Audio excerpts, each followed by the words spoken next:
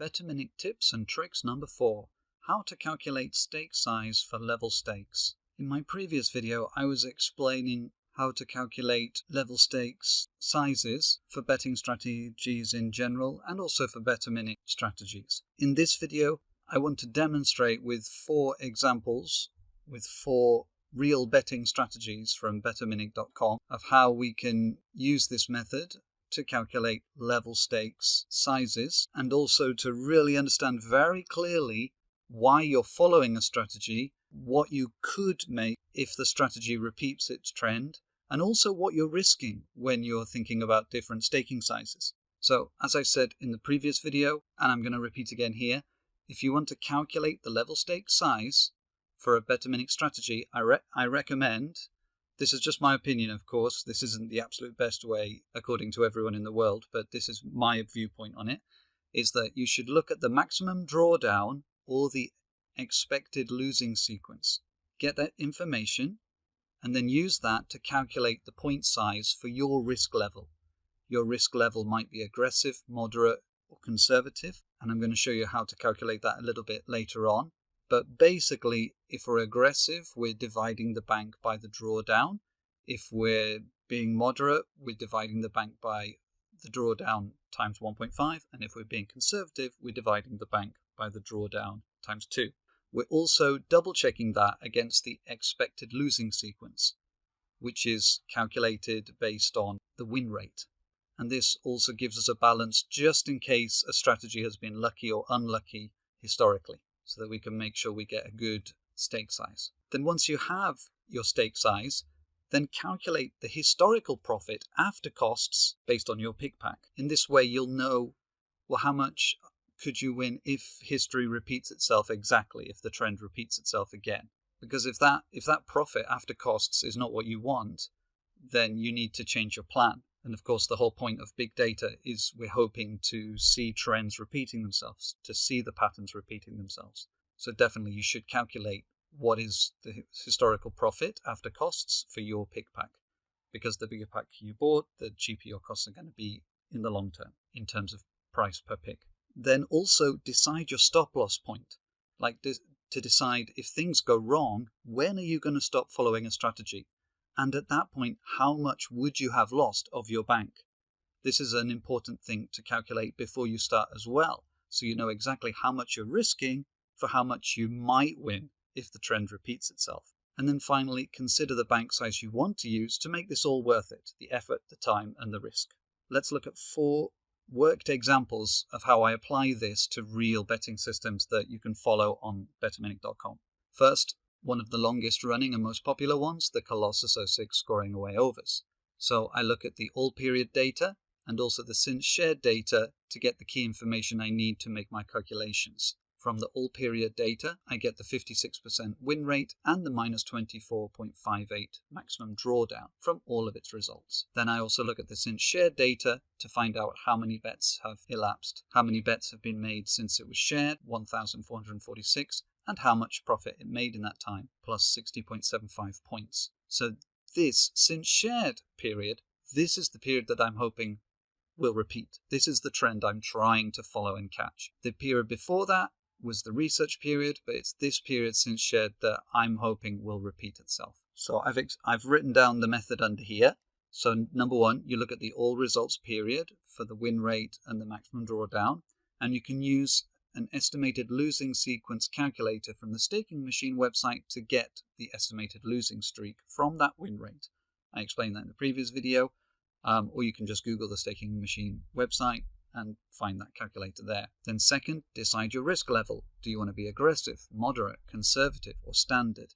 Standard is just betting 1 point on every bet. And then divide the bank by the maximum drawdown, and then also do it again for the estimated losing sequence, multiplied by your risk multiplier. The risk multiplier is, as I said at the beginning, for the drawdown times 1 times 1.5 or times 2. For the E.L.S, the expected losing sequence, it's times 2 or times 4 or times 6. So divide the bank by the maximum drawdown, and also as a separate calculation, divide the bank by the E.L.S multiplied by your risk multiplier. then choose the smaller of the two stakes that you get. I explained reasons for this in my previous video, but just to say again, pick the smaller one because the other larger amount will be the result of maybe good luck from the strategy in terms of its maximum drawdown. So we want to make, that's why I also use the estimated losing sequence, to make sure that we're not basing our staking plan on something that may have just been good fortune. Then the next step is step 3, calculate the net historical profits based on your pick costs, using the since shared profit and the since shared total bets number. So simply take the stake size, multiply it by the profit, and then multiply the price per pick you're paying by the total bets number, and that's your costs, and then minus your total profit by your total costs, and there you have what your historical net profit would have been if you had followed this strategy from the moment it was shared. And that's an important figure because that gives you an idea of, if everything is wonderful and goes to plan and this trend repeats itself exactly, what would you hope to make? Because if that number is not acceptable to you, then you need to reconsider the size of your bank and if you want to use this strategy at all. And then the next step, step 4, is you need to decide a stop loss. You must decide right at the beginning, when will you quit this strategy if it's not working? For some people, that might be when the maximum drawdown is reached again, if it has another losing run that's as big as the previous historical losing run. I know on the Betaminic website, they recommend 1.5 times the maximum drawdown. That's what they use as their stop loss point, where they will reconsider a strategy. I'm a little bit more aggressive, but it's up to you what level you're going to put your stop loss at. It might even be half of the maximum drawdown, or it might be 2 estimated losing sequences in a row. It's up to each person. I usually use 1 maximum drawdown, and that's when I will review a strategy. And then 5th, you need to select a starting bank size to use with this strategy that will match your expectations of an acceptable risk and time and effort to reward ratio. What I mean by that is how much you might win if the trend repeats itself exactly, which it won't. It'll either be a bit more or a bit less, or it may stop working completely, in which case you need to reason how much would you lose if the stop loss is reached. So that's your risk there, and there's this balance of what you might win if the trend repeats itself versus what you might lose if the stop loss is reached, and how much time it's going to take to reach that. Is that balance okay for you? And so you can calculate this all yourself, or I've actually made an Excel file that does it all for me.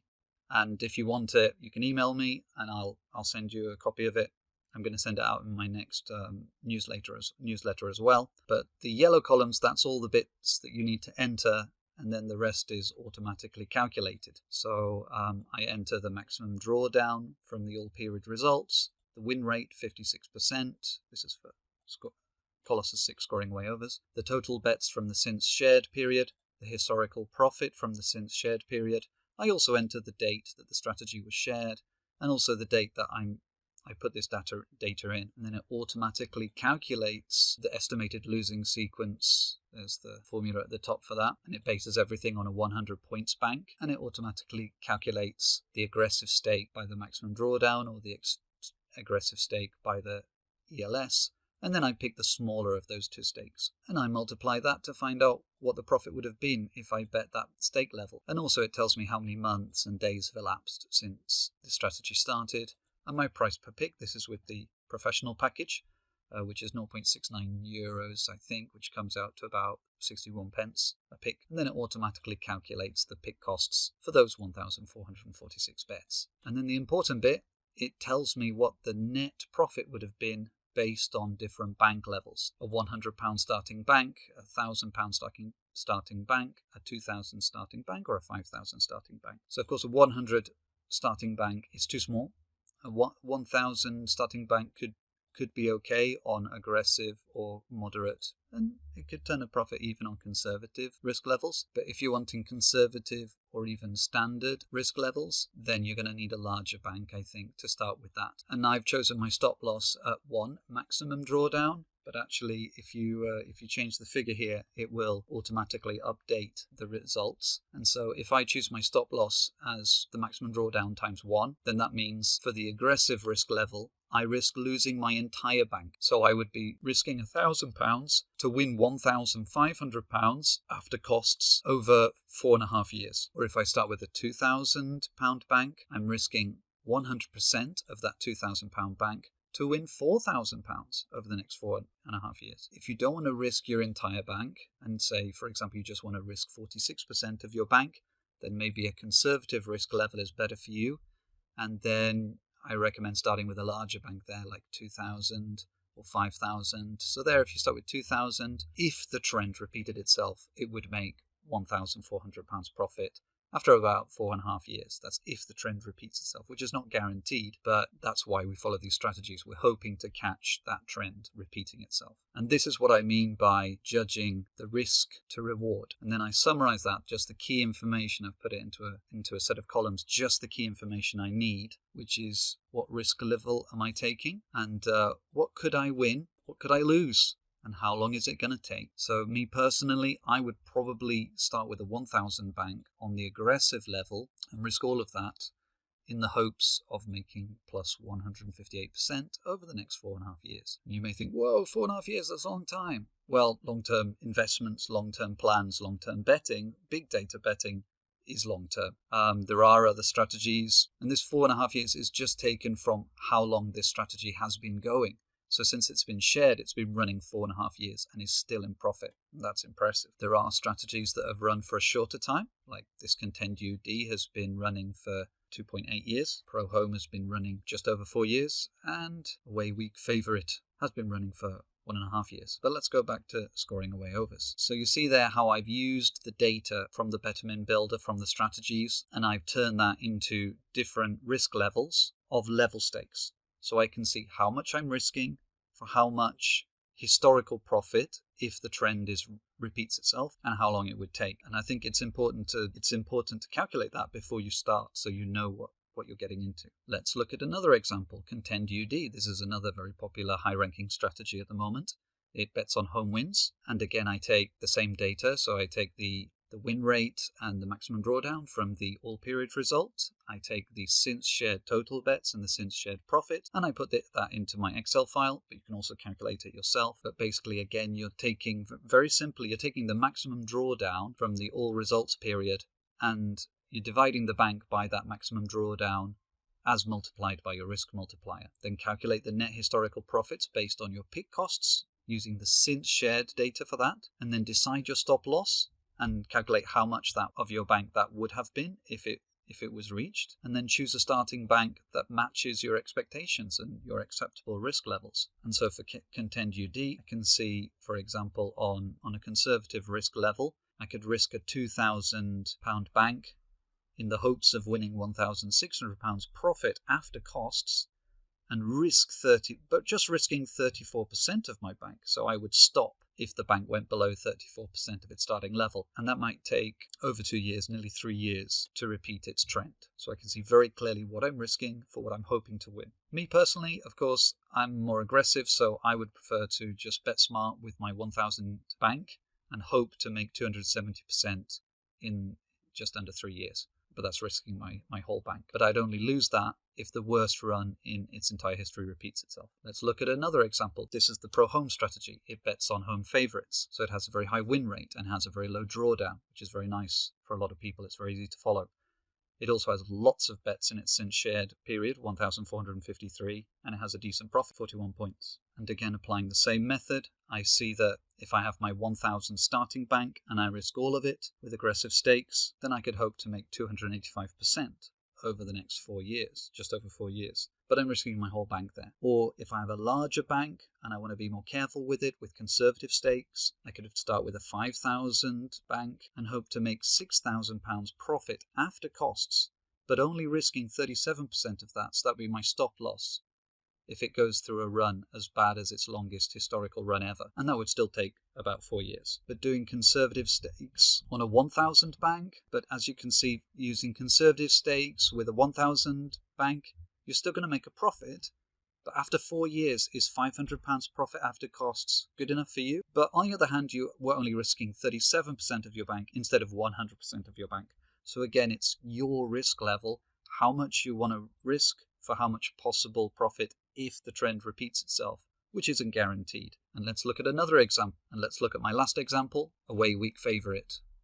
using 41 of the 111 leagues on the Betaminic database. And again, I use the same data, the same method, and I come up with the results so I can see exactly what I'm risking for what kind of possible benefit. And again, I would probably choose to use a 1,000 bank with aggressive stakes, trying to get plus 270% after 1.5 years. And in this case, you can see the stop loss, I'm only risking 91% of my bank. And probably the reason for that is that the maximum drawdown is lower than 2 expected losing runs. And in that case, I've chosen the lower stake value there. So we could even say that this strategy maybe has been a bit lucky in its entire 11-year history of data we have for it. But I think when you look at the strategies in this way, you can see very clearly how much you're risking for how much benefit and over how much time. And then you choose what matches your plan, your long-term plan. So for multiple but separate betting strategies, by following multiple strategies, each with their own betting bank and long-term plan, you can spread your risk. But remember that historical results do not guarantee future results, but they give us a better starting point than betting systems without historical results, or with very few results, because we can make plans to take advantage of repeating trends, and we can also plan exit points with a stop loss. A lot of people waste a lot of time thinking, oh, do I keep going or do I stop now? And if you make your plan well at the beginning, there's no questions. You just keep going until you reach your stop loss or until you reach your target, and you make your changes at those points. Big data betting is all about using data to manage and control your betting. You can bet smart with big data. And this is all about using strategies individually as separate banks. In the next video, I'll look at how to aggregate multiple betting strategies into one betting bank and calculate the right stake size for them. So that video will come out next week. But just for now, I wanted to do 4 specific examples with Betaminic strategies to help out Betaminic users so they can see exactly how they can plan their portfolio, their set of strategies. Do you like my channel or do you like big data betting? Don't forget to like and subscribe. And if you're not using it already, please go and check out the Big Data Betting Research Database and online analysis tool, betaminic.com. It's free to sign up, to research, to access the database, to look around and try out your own ideas, so go take a look. And if you're interested in my advice and what I'm doing, then take a look at my website, bettingsystemsguide.com. The system I'm following at the moment, it's made 36% in the last 7 months, and it's a long-term plan, and I'm hoping it will keep on getting better. So take a look at my website if you're interested in that. And if you want to read about these things in more detail instead of watching videos, then take a look at my books. You can buy them on Amazon or in PDF form from my website. And one cool thing with Betaminic is that you can automate all of this on Betfair with the BFBot Manager. Read more about it on my website. Thank you for watching my video. Don't forget to like and subscribe. And if you want this Excel file, please just email me at bettingsystemsguide@gmail.com and I'll send you the file.